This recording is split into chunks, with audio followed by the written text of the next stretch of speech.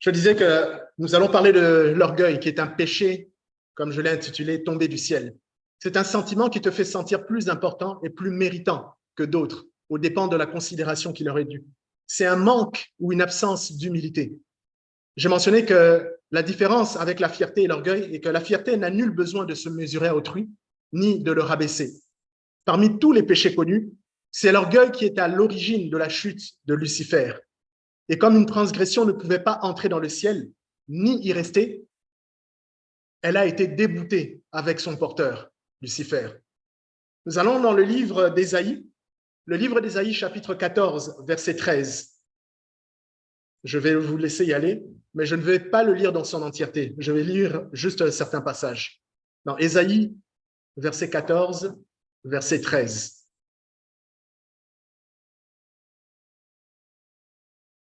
Je vais commencer à le lire. Tu disais en ton cœur, je monterai au ciel, je siégerai en roi, je monterai, je serai semblable au Très-Haut. Dans ce passage, on nous mentionne les pensées que Lucifer avait avant que la chute se fasse. Je monterai au ciel, je siégerai en roi, je monterai, je serai semblable au Très-Haut. On voit qu'il y a beaucoup de je. Donc l'orgueil nous fait regarder à nous-mêmes, à ce que nous sommes et à ce que nous avons. Puis ensuite, il nous fait comparer aux autres.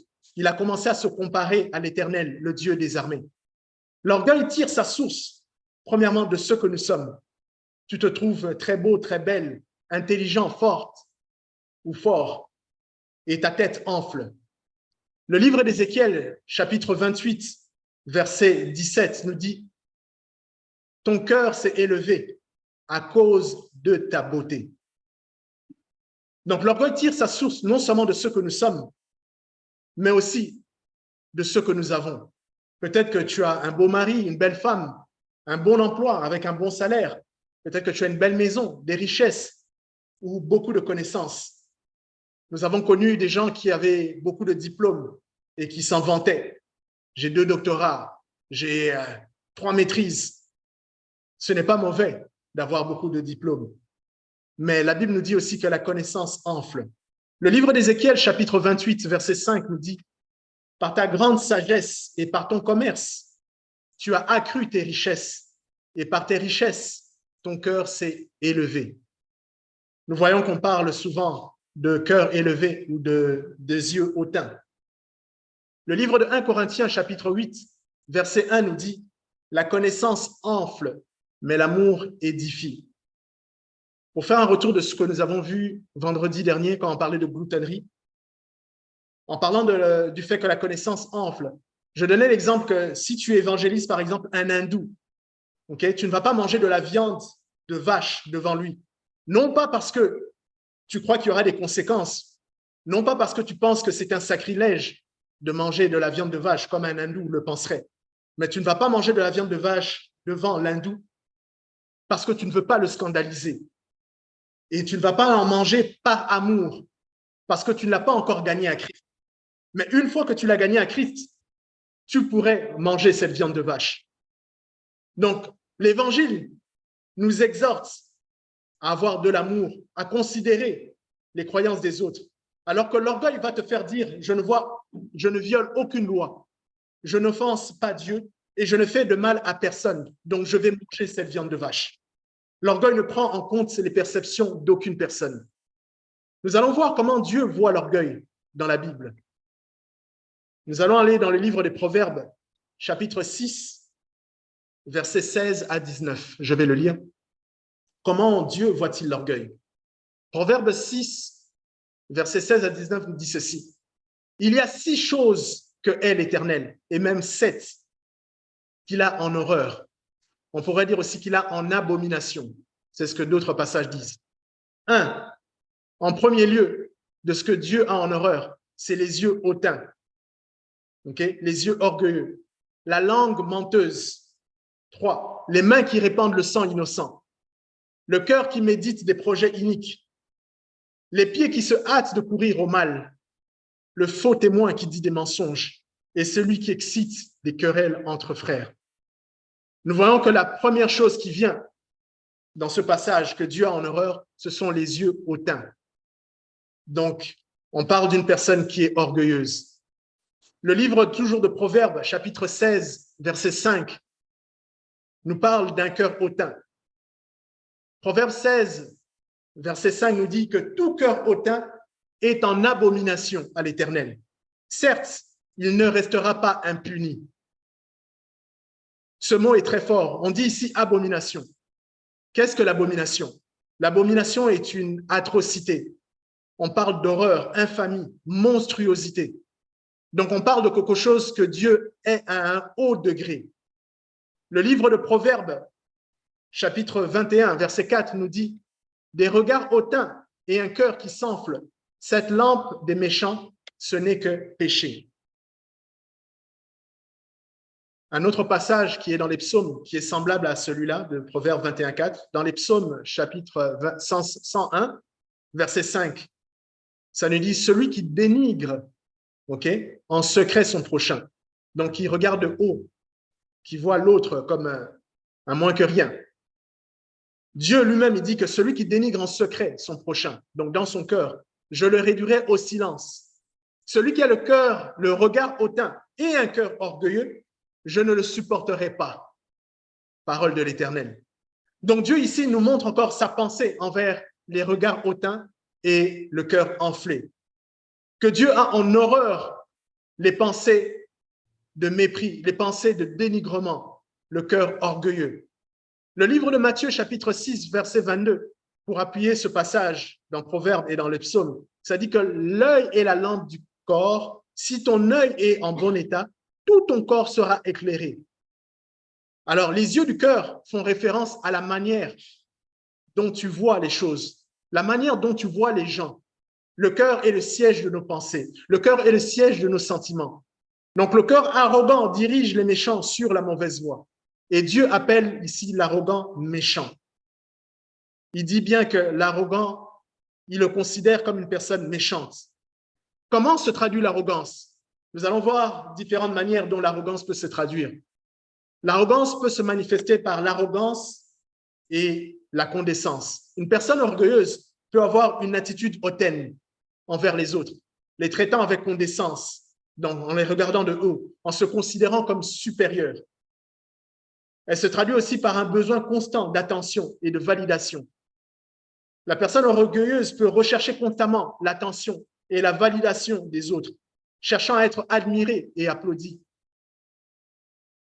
Une autre manière, c'est la difficulté à admettre les erreurs. L'orgueil peut amener quelqu'un à avoir du mal à reconnaître ses propres erreurs, préférant blâmer les autres ou minimiser ses fautes. L'orgueil entraîne la compétitivité excessive. Ce n'est pas mauvais, la compétitivité, mais il faut que ce soit une saine compétitivité. La compétitivité excessive va faire que la personne orgueilleuse voudra toujours chercher à se surpasser et à se comparer aux autres, à vouloir être la meilleure dans tous les domaines. Ce n'est pas mauvais d'être meilleur dans tous les domaines. Mais quand tu commences à te comparer, quand on voit l'histoire avec Lucifer, il a commencé à vouloir se comparer avec Dieu, à se dire qu'il va s'asseoir sur le trône de Dieu. La personne orgueilleuse va refuser d'accepter les critiques. L'orgueil peut rendre difficile pour qu'une personne accepte des critiques constructives. Encore une fois, ce n'est pas mauvais, la critique constructive, car cela pourrait remettre en question la personne et son estime en soi. La personne orgueilleuse va manquer d'empathie, parce qu'une personne orgueilleuse peut avoir du mal à comprendre ou à se soucier des sentiments ou des besoins des autres, car elle est trop concentrée sur elle-même. Et dernièrement, la personne orgueilleuse aura besoin de se vanter. L'orgueil peut conduire quelqu'un à se vanter de ses réalisations, de sa richesse, de son statut ou de ses capacités. Bien-aimé, l'orgueilleux va dire « je suis riche, j'ai beaucoup d'argent dans mon compte ». Mais l'humble va dire « c'est l'Éternel qui m'a donné la force pour acquérir tous ces biens ». L'orgueilleux va dire « je suis beau », mais l'humble va dire « la grâce est trompeuse et la beauté est vaine ». L'orgueilleux va dire que ça fait tel nombre d'années que je travaille ici, ça fait tel nombre d'années que je suis dans le Seigneur mais l'humble se souviendra que les derniers seront les premiers et les premiers seront les derniers.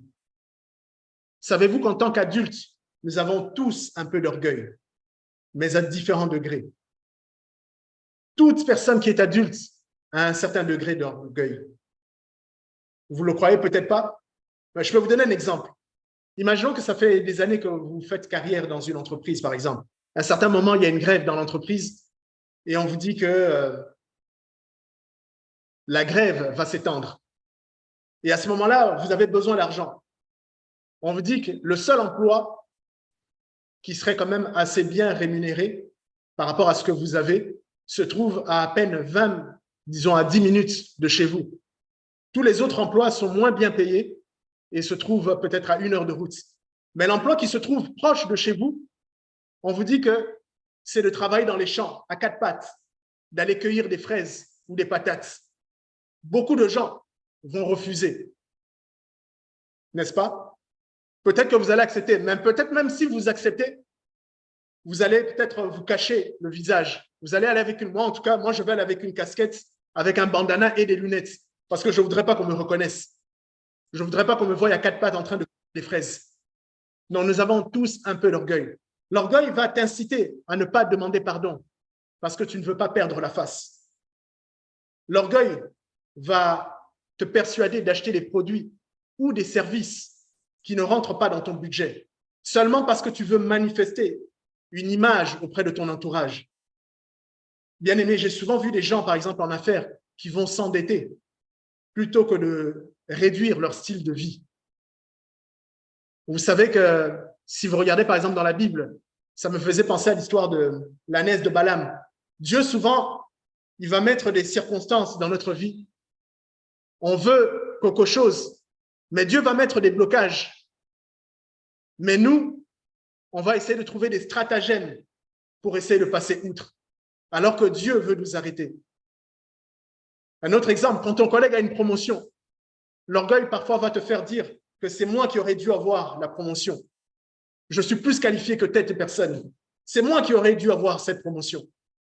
Même les hommes de Dieu passent à travers ces tentations. Même des gens comme l'apôtre Paul a été confronté à l'orgueil. Nous pouvons le voir dans le livre de 2 Corinthiens, chapitre 12, versets 7 à 9. Je vais le lire. 2 Corinthiens, chapitre 12, versets 7 à 9. Paul disait ceci: « Et pour que je ne sois pas rempli d'orgueil à cause de ces révélations extraordinaires, j'ai reçu une écharde dans le corps, un ange de Satan pour me frapper et m'empêcher de m'enorgueillir. 3 fois, j'ai prié le Seigneur de l'éloigner de moi. Et il m'a dit, ma grâce te suffit, car ma puissance s'accomplit dans la faiblesse. Je me glorifierai donc bien plus volontiers de mes faiblesses, afin que la puissance de Christ repose en moi. » Amen. L'apôtre Paul lui-même, il commence en disant « Et pour que je ne sois pas rempli d'orgueil ». Donc nous pouvons voir ici qu'il avait un brin d'orgueil en lui. Mais Dieu a fait en sorte qu'il n'en soit pas rempli. Quand on parle ici de remplir, on peut penser à un verre. Un verre peut être vide, il peut être rempli à ras-bord, il peut être rempli peut-être de moitié. Mais dès qu'on parle de fait d'être rempli, c'est qu'il y a un peu de liquide dedans. Et l'apôtre Paul dit, pour que je ne sois pas rempli d'orgueil. Donc il y avait un brin d'orgueil en lui. Mais Dieu a fait en sorte que cet orgueil ne soit pas rempli à ras-bord, afin qu'il ne tombe pas sous le jugement du diable. D'abord, la raison d'être de l'écharpe dans le corps de Paul était de le garder dans l'humilité. Lui-même, il a dit qu'un ange de Satan a été envoyé pour le frapper et pour l'empêcher de s'enorgueillir, pour l'empêcher d'avoir une plus grande estime que ce qu'il devait avoir. La raison d'être dans l'écharpe, c'était de le garder dans l'humilité. C'est quoi une écharde? Une écharde, c'est un corps étranger, comme un morceau de bois qui pourrait rentrer par exemple sous la peau. Ça vous est probablement déjà arrivé. Une écharde, quand ça vous rentre dans la peau, ça fait mal. Et l'apôtre Paul nous fait comprendre que quand il prêchait, souvent il avait des douleurs non dans son esprit, non dans son âme, mais dans son corps. Dieu avait permis qu'un esprit le frappe, de même qu'il avait fait avec Job, pour qu'il ait des douleurs et qu'il se souvienne que c'est Dieu seulement qui fait grâce. Il a dit, j'ai reçu une écharpe dans le corps. On ne sait pas ce que c'était comme écharpe, comme problème. Certains disent que c'était un problème peut-être dans les yeux, d'autres disent que c'était peut-être un problème dans les os. Nous ne savons pas. Mais Paul dit que c'était dans son corps, pas dans son esprit ni dans son âme. Donc, il avait des douleurs pendant qu'il prêchait. Et les raisons pour lesquelles Paul aurait pu s'enorgueillir étaient nombreuses. Je vais mentionner 4 choses pour lesquelles il aurait pu s'enorgueillir. Premièrement, les visions et les révélations reçues. Le livre de 2 Corinthiens, chapitre 12, verset 1, nous dit, Paul qui parle, il dit que s'il est nécessaire de se glorifier, donc s'il est nécessaire de se vanter, j'en viendrai aux visions et aux révélations. Je connais un homme qui, dans un état d'extase, inconscient de lui-même, fut ravi jusqu'au ciel et y entendit des choses ineffables, donc des choses indescriptibles qui ne lui est pas permis de dire. Paul ici parlait de lui-même. Paul avait été utilisé de manière extraordinaire. Non seulement quand Dieu lui est apparu sur le chemin de Damas, qui lui a parlé, mais après encore, Paul a eu des visions et des révélations extraordinaires. C'était des choses qui auraient pu faire en sorte qu'il se serait enorgueilli. Une deuxième chose pour laquelle il aurait été porté à l'orgueil, c'était les miracles extraordinaires que Dieu opérait à travers lui. Le livre d'Actes, chapitre 19, versets 11 à 12 nous dit, il est dit que Dieu faisait des choses miraculeuses, des miracles extraordinaires par les mains de Paul, à tel point que des mouchoirs ou des linges qui touchaient son corps étaient portés aux malades et les malades le quittaient et les esprits mauvais sortaient d'eux. Donc imaginez-vous que on sait que tel mouchoir, Paul l'a touché. Vous prenez le mouchoir, vous le mettez sur un malade, le paralytique commence à marcher. Une personne qui était décédée, on met un mouchoir, juste un mouchoir qui a touché Paul. On le met sur la personne décédée et la personne revient à la vie. Dieu opérait des choses extraordinaires à travers Paul. Et toutes ces choses auraient pu faire en sorte qu'il aurait commencé à avoir le gros dos, qu'il aurait commencé à se péter les bretelles, comme on dirait.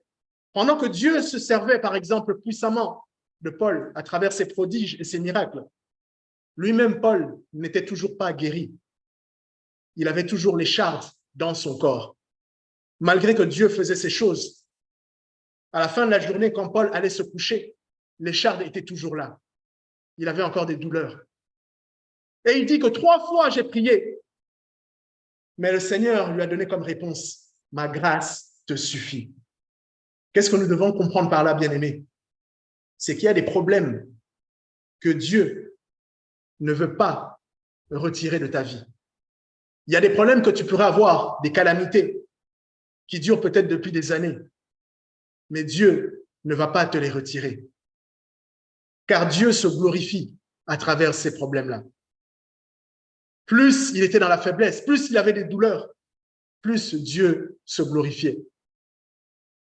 Dieu faisait des choses extraordinaires à travers Paul, mais Paul continuait à souffrir. La Bible ne nous dit pas qu'il a été libéré de cela à la fin. Il a continué à avoir cette écharpe qui continuait à le faire mal. Une troisième chose pour laquelle il aurait pu s'enorgueillir, c'est le travail qu'il a abattu pendant son ministère. À partir du moment où Dieu l'a appelé et qu'il a répondu à l'appel de Dieu, Paul a travaillé comme une personne acharnée. Paul était un travailleur zélé. Le livre de 1 Corinthiens, chapitre 15, verset 10, nous dit, par la grâce de Dieu, je suis ce que je suis, et sa grâce envers moi n'a pas été vaine. Loin de là, j'ai travaillé plus que eux tous. Non pas moi toutefois, mais la grâce de Dieu qui est avec moi. Paul mentionne ici qu'il a travaillé plus que tous les autres apôtres. Tous les autres qui ont passé 3 ans avec Christ, qui ont vu les choses que Christ a faites, qui ont entendu les paroles de Christ. Mais Paul dit qu'il a travaillé plus que eux tous. Et il termine en disant, non pas de moi-même par mes propres forces, mais par la grâce de Dieu. Paul était quelqu'un qui ne ménageait pas ses efforts. On appellerait aujourd'hui Paul un extrémiste, un fanatique. C'était une personne obstinée, jusqu'au boutiste, on pourrait dire. Paul était une personne qui ne faisait pas les choses à moitié, que ce soit avant Jésus et après Jésus. Vous vous rappelez qu'il disait qu'il était tellement zélé qu'il rentrait dans la maison des chrétiens. Il arrachait hommes et femmes pour les mettre en prison. De la même manière, quand il a été appelé à Christ, il est devenu aussi extrémiste, radical. Et il dit qu'il a travaillé plus que tous les autres. Une quatrième raison pour laquelle il aurait pu s'enorgueillir, c'est que Paul, en tant qu'individu, était né à Tars. Tars, c'était une ville prospère de la Cilicie, connue pour le tissage de toile. Tars, c'était son endroit de naissance. Et on peut le voir aussi ici qu'il aurait pu s'enorgueillir. Pourquoi? Le livre de Actes, chapitre 21, verset 39, Paul dit ceci, « Je suis juif, reprit Paul, de Tars, en Cilicie, citoyen d'une ville qui n'est pas sans importance. » Il parlait ici de la ville de Tars.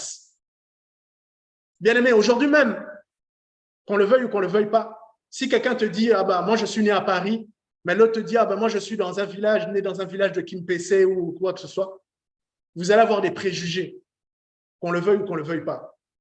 Paul disait qu'il est né à Tars et il dit bien que c'est une ville qui n'est pas sans importance. Une autre raison, c'est que de naissance, il avait la nationalité romaine, il avait la nationalité des colons.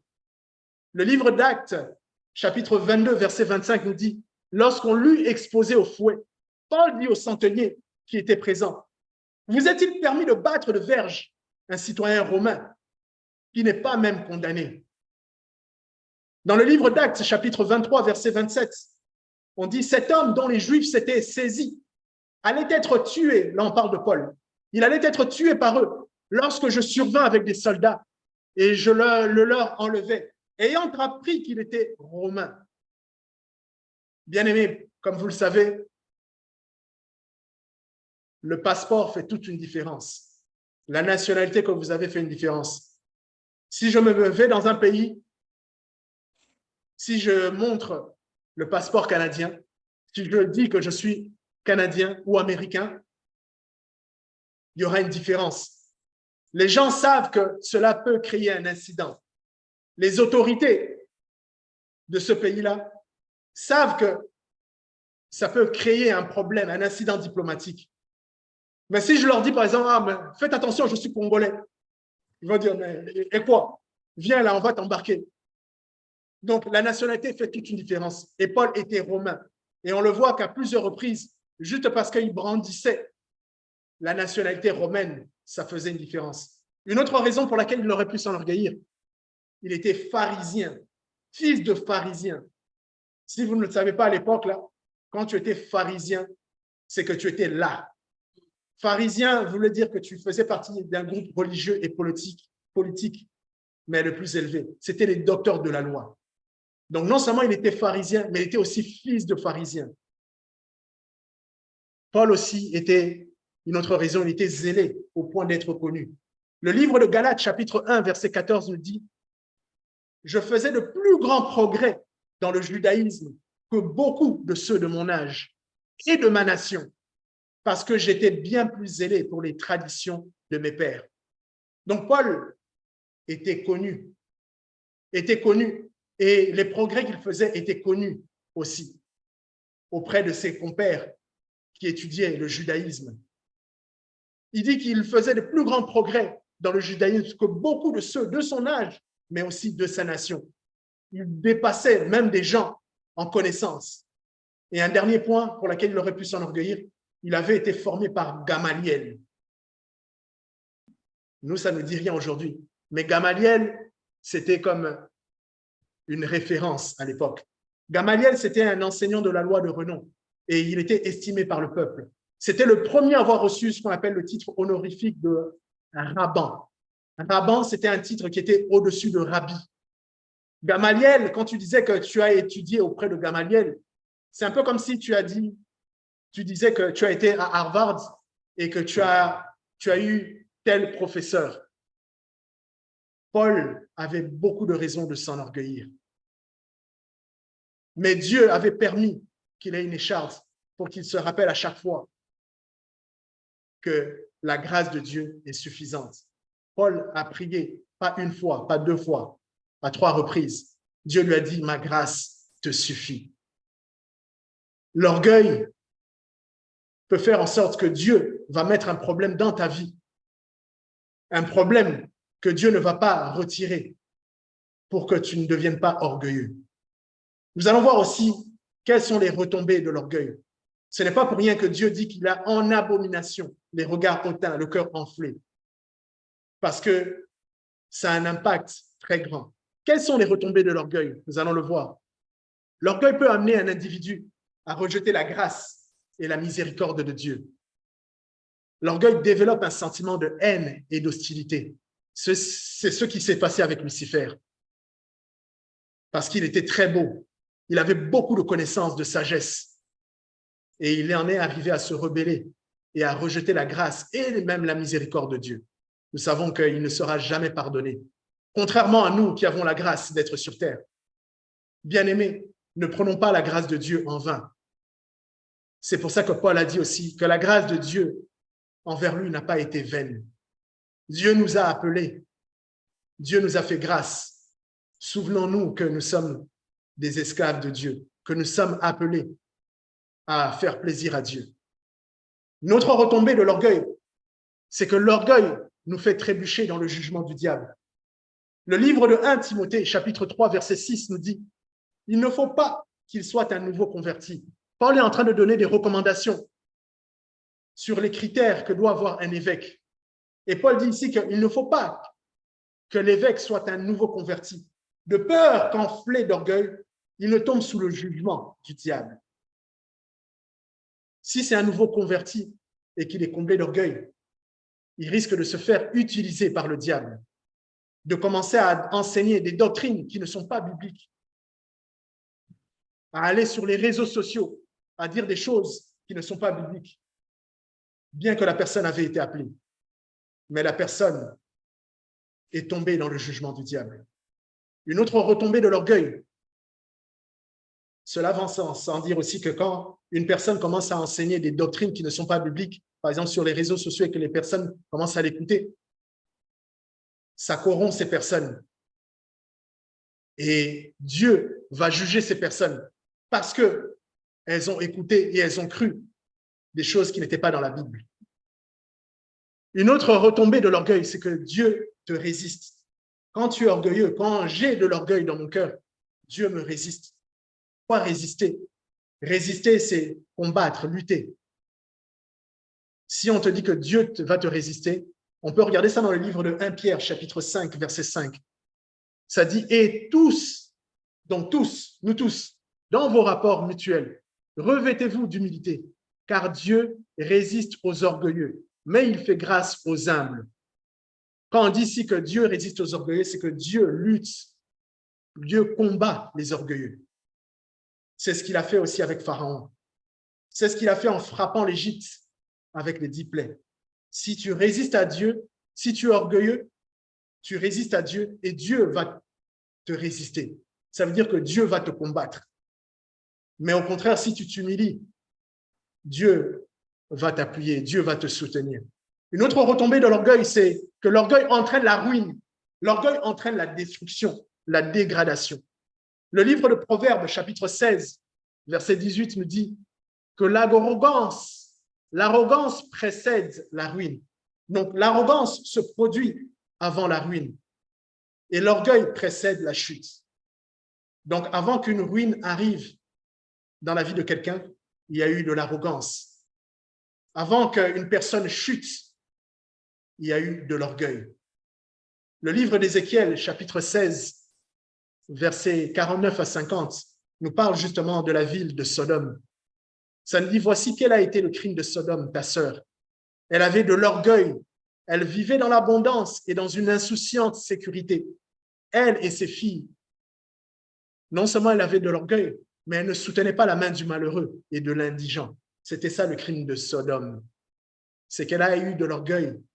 Et entre-temps, malgré qu'elle vivait dans l'abondance et dans l'insouciance, tout comme l'homme riche qui voyait Lazare, il ne se souciait pas de Lazare, il ne soutenait pas la main du malheureux et de l'indigent. Et on dit ici, elles sont devenues hautaines et elles ont commis des abominations devant moi. Je les ai fait disparaître. Je les ai fait disparaître quand j'ai vu cela. Donc l'orgueil entraîne la ruine, la destruction, la dégradation, tout comme il a fait avec Sodome et Gomorrhe.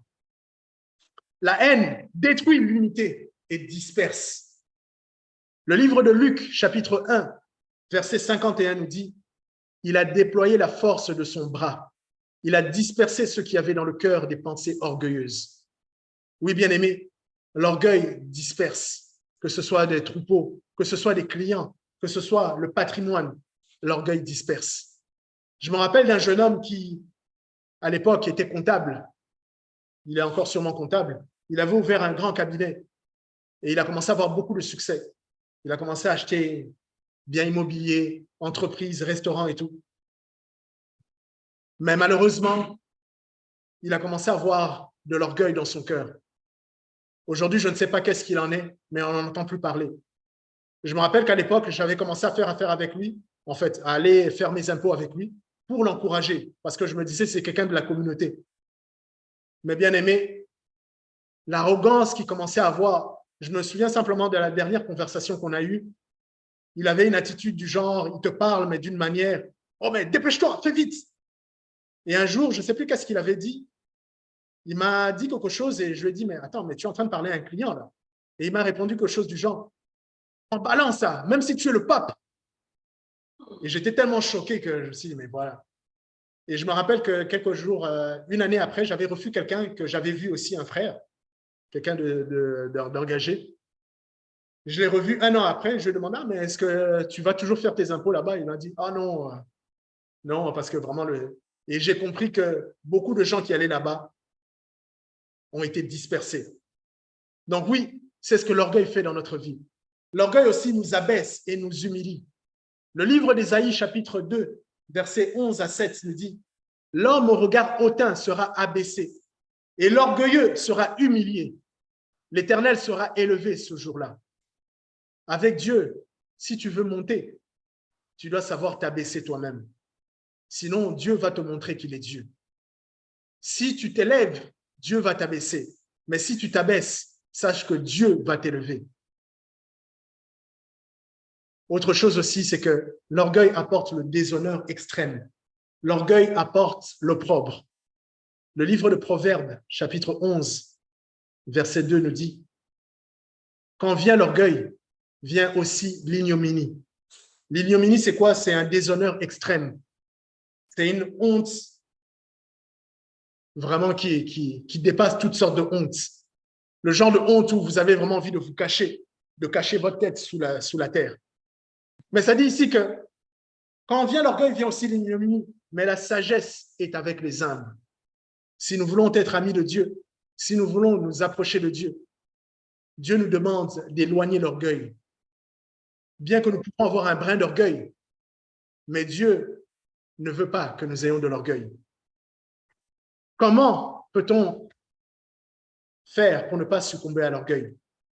La Bible nous donne plusieurs recommandations afin de ne pas succomber dans l'orgueil, afin de ne pas tomber en tentation. Nous allons voir, avant de terminer, quelles sont les recommandations que Dieu nous donne afin de ne pas tomber dans l'orgueil. Le premier point, c'est que nous devons constamment nous rappeler que tout est grâce. Tout est grâce et tout est don de Dieu. Tout ce que nous avons, c'est Dieu qui nous l'a donné. Et c'est par grâce que nous l'avons.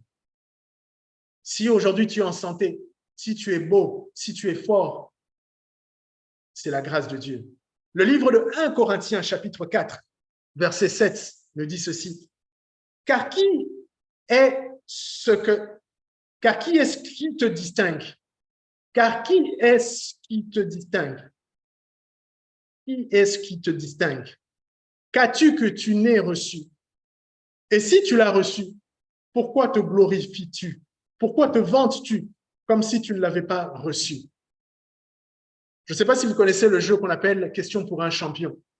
Mais ici, on peut dire question pour un orgueilleux. Dieu nous pose la question à travers son serviteur. Qu'est-ce que toi, tu as que tu n'as pas reçu? Et si tu l'as reçu, pourquoi tu te vantes de l'avoir reçu? Et ce que tu as reçu, de qui tu l'as reçu? Bien-aimé, ça nous dit qu'il simplement que se vanter de ce qu'on a ou de se vanter de ce qu'on est, c'est offenser Dieu. Dieu qui est le donateur par excellence. Dieu qui nous donne toutes choses. Nous nous sommes réveillés aujourd'hui. Nous avons respiré et nous sommes probablement en bonne santé. C'est la grâce de Dieu. Nous n'avons rien fait comme effort. Oui, tu peux faire des efforts pour entretenir ce corps, pour entretenir ton intellect, mais c'est Dieu qui donne les moyens. Le livre de Jacques, chapitre 1, verset 17, nous dit, il nous rappelle que chaque don excellent et chaque don parfait vient d'en haut, descendant du Père de lumière, chez lequel il n'y a ni changement, ni ombre de variation. Rappelons-nous, bien-aimés, que tout ce que nous avons vient de Dieu. C'est grâce et don de Dieu. Une deuxième chose dont nous devons nous rappeler pour ne pas succomber dans la tentation de l'orgueil, c'est de savoir que ce que nous avons, c'est pour les autres. Ce que Dieu te donne, ce n'est pas pour toi-même. Ce que Dieu m'a donné, c'est pour toi. C'est pour mon frère, c'est pour ma sœur. C'est pour ça que Dieu nous invite à être large dans les dons qu'il nous donne. S'il te donne le don de compter, il te donne le don de compter des histoires, il te donne le don de bien calculer, il te donne le don, de bien chanter, c'est pour les autres. Le livre de 1 Pierre, chapitre 4, verset 10 nous dit, comme de bons dispensateurs ou de bons intendants des diverses grâces de Dieu, que chacun de vous mette au service des autres le don qu'il a reçu.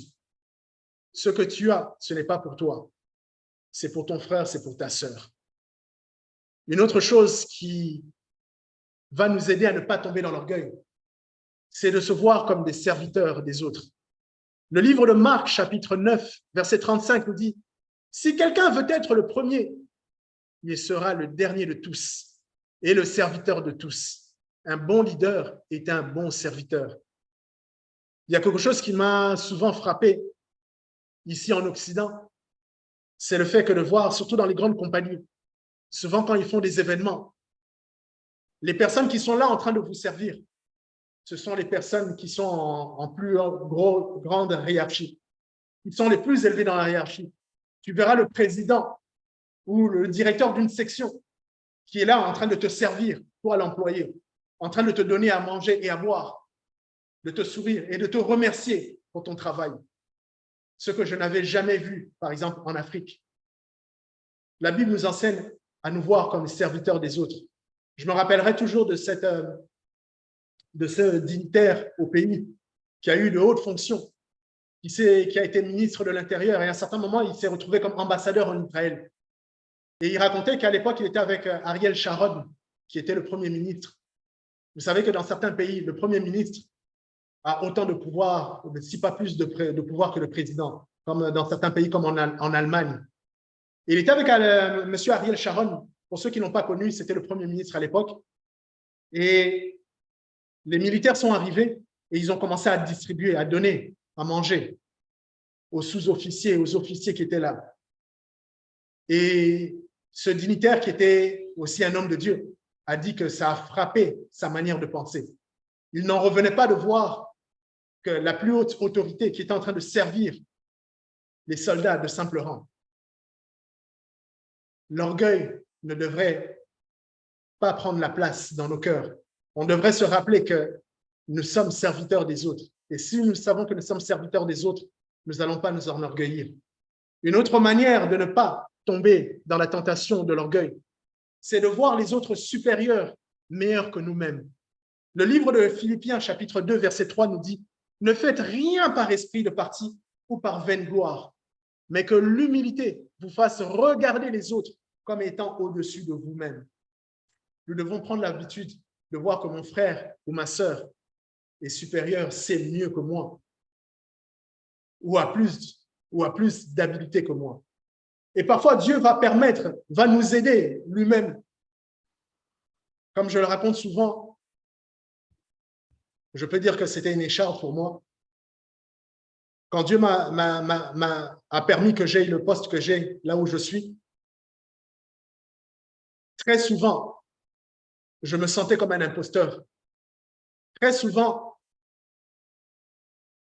j'avais même peur, si on peut dire, de demander de l'aide à ma gestionnaire. Alors que ma gestionnaire, elle disait toujours, si vous avez des questions, vous avez des besoins, n'hésitez surtout pas. Mais je me sentais souvent comme un imposteur. Pourquoi? Parce que j'avais peur qu'on découvre que je n'ai pas telle ou telle connaissance, que je n'ai pas tel ou tel acquis. Parce que je savais que c'était Dieu qui m'avait mis à cette place-là, que je n'avais pas les acquis de comptabilité, que je n'avais pas toute cette connaissance que les autres avaient. Parce qu'eux, ils avaient étudié pour, et moi, je n'avais pas étudié pour ça. Dieu peut permettre que nous puissions naturellement voir que les autres sont au-dessus de nous-mêmes. Et ça nous aide. Et le fait que je me voyais comme moins compétent que les autres, ça a permis que j'essaye d'en apprendre plus. Ça a permis que je puisse me démarquer et que je puisse gagner des prix. Il y a une autre personne qui souvent, je ne sais pas si on peut l'appeler influenceur, on l'appelle Mohamed Bouclé, qui est devenu un champion pour la lecture rapide. Il raconte que sa femme l'avait inscrit justement à une formation et qu'il ne voulait pas y aller. Mais sa femme, en fait, l'a finalement inscrit. Bon, je suis en train de sauter les étapes et tout. Finalement, on l'a inscrit et il a été. Et il a dit que ça a changé sa vie. Et il dit qu'il n'était pas nécessairement très bon à l'école. À l'école même, on disait qu'il était dyslexique. Il a dû passer plusieurs cours, même sauter, redoubler plusieurs années. Mais aujourd'hui, cette personne est reconnue comme quelqu'un de mondialement et intellectuellement élevé. Pourquoi? Parce qu'il n'avait pas l'orgueil. Dieu a fait en sorte qu'il voyait que les autres étaient supérieurs à lui. Et le fait qu'il avait cet handicap-là, cette écharpe, il s'est surpassé et il est devenu premier dans tout ce qui est lecture rapide. Dieu l'a élevé. Une autre manière pour que nous ne tombions pas dans la tentation de l'orgueil, c'est d'éviter de se comparer. Le livre de Galates, chapitre 6, verset 4, nous dit que chacun examine ses propres œuvres et alors il aura sujet de se glorifier pour lui seul et non par rapport à autrui. Si tu t'examines, tu regardes tes propres œuvres, tu auras sujet. La Bible nous recommande ici de te glorifier pour toi-même et de ne pas regarder, de te comparer à d'autres personnes.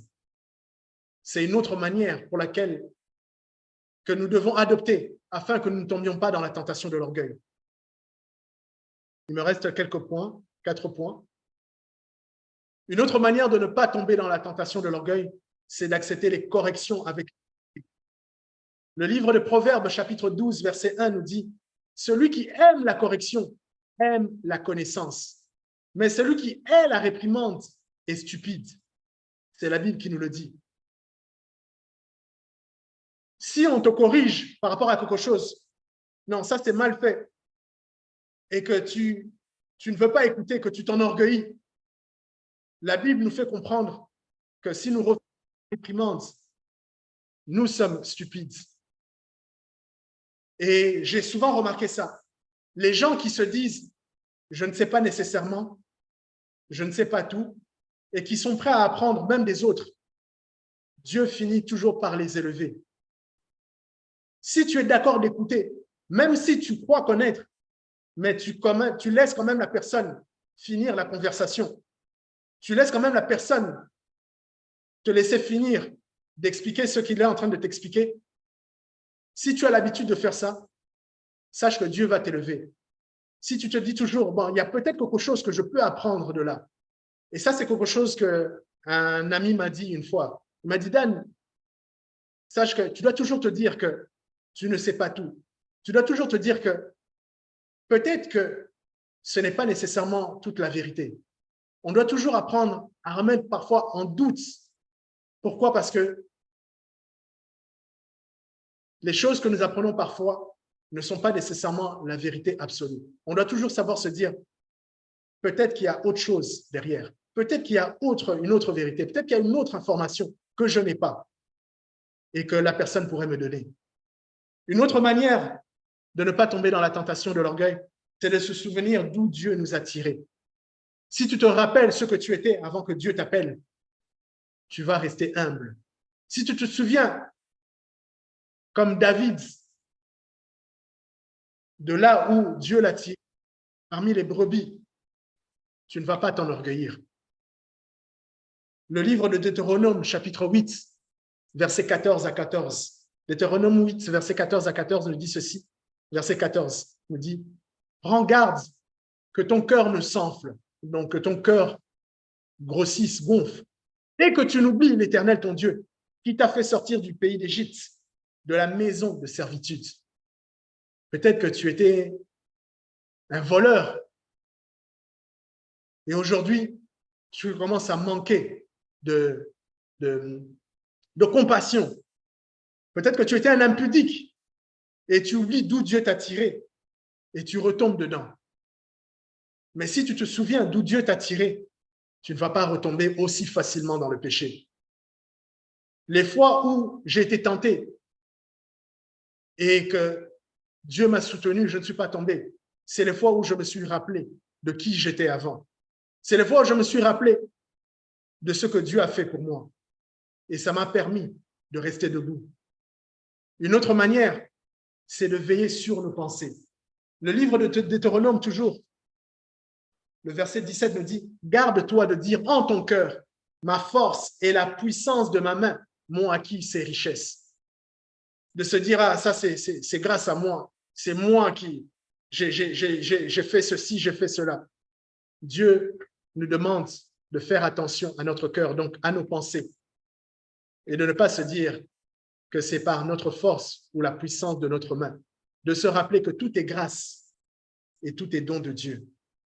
Pour terminer, une autre manière de ne pas tomber dans la tentation de l'orgueil, c'est en s'humiliant soi-même par le jeûne. Quand tu humilies ton âme avec le jeûne, tu es en train de tuer ta chair. Le livre d'Ésaïe, chapitre 58, verset 5, nous dit, « Est-ce là le jeûne auquel je prends plaisir, un jour où l'homme humilie son âme ?» Donc, quand tu es en jeûne, oui, bien sûr, tu humilies ton corps parce que tu ne donnes pas à manger à ton corps, mais tu humilies aussi ton âme. Et Dieu se plaît à cela. Il y a un autre passage qui me vient en tête, je crois que c'est dans le Psaume. Dieu dit que le sacrifice qu'il agrée, c'est un cœur brisé, un esprit contrit.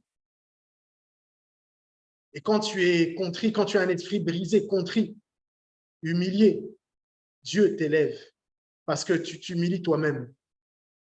Ce sont les différentes manières recommandations que Dieu nous donne afin de ne pas tomber dans la tentation de l'orgueil. Pour conclure, la Bible, comme vous le savez, est truffée de personnes qui ont été atteintes par l'orgueil. L'orgueil est un péché, tout comme le cancer. Quand un cancer se répand dans le corps, ça peut tuer la personne. Et nous pouvons comprendre l'importance, que c'était plus important pour Dieu de laisser Paul avec cette écharde pendant qu'il prêchait, pendant que Dieu l'utilisait puissamment. C'était important pour Dieu de continuer à lui garder cette écharde afin qu'il ne tombe pas sous le jugement du diable et qu'il ne meure pas par ce cancer qui est l'orgueil. Pour terminer avec certains exemples truffés, nous savons que l'orgueil a poussé Lucifer à se rebeller contre Dieu et l'a fait précipiter de sa position prestigieuse d'ange d'astre brillant. On l'a fait précipiter vers la terre. Qu'en est-il de Nimrod, dont Dieu a détruit la tour de Babel avant de brouiller la langue des hommes et de les disperser sur toute la surface de la terre? Qu'en est-il de Pharaon? À cause de lui, l'Égypte a été frappée de 10 plaies et toute son armée et lui-même ont péri d'une manière extraordinaire. Qu'en est-il du roi Saül, qui a vu sa déchéance, puis la mort de toute sa famille immédiate?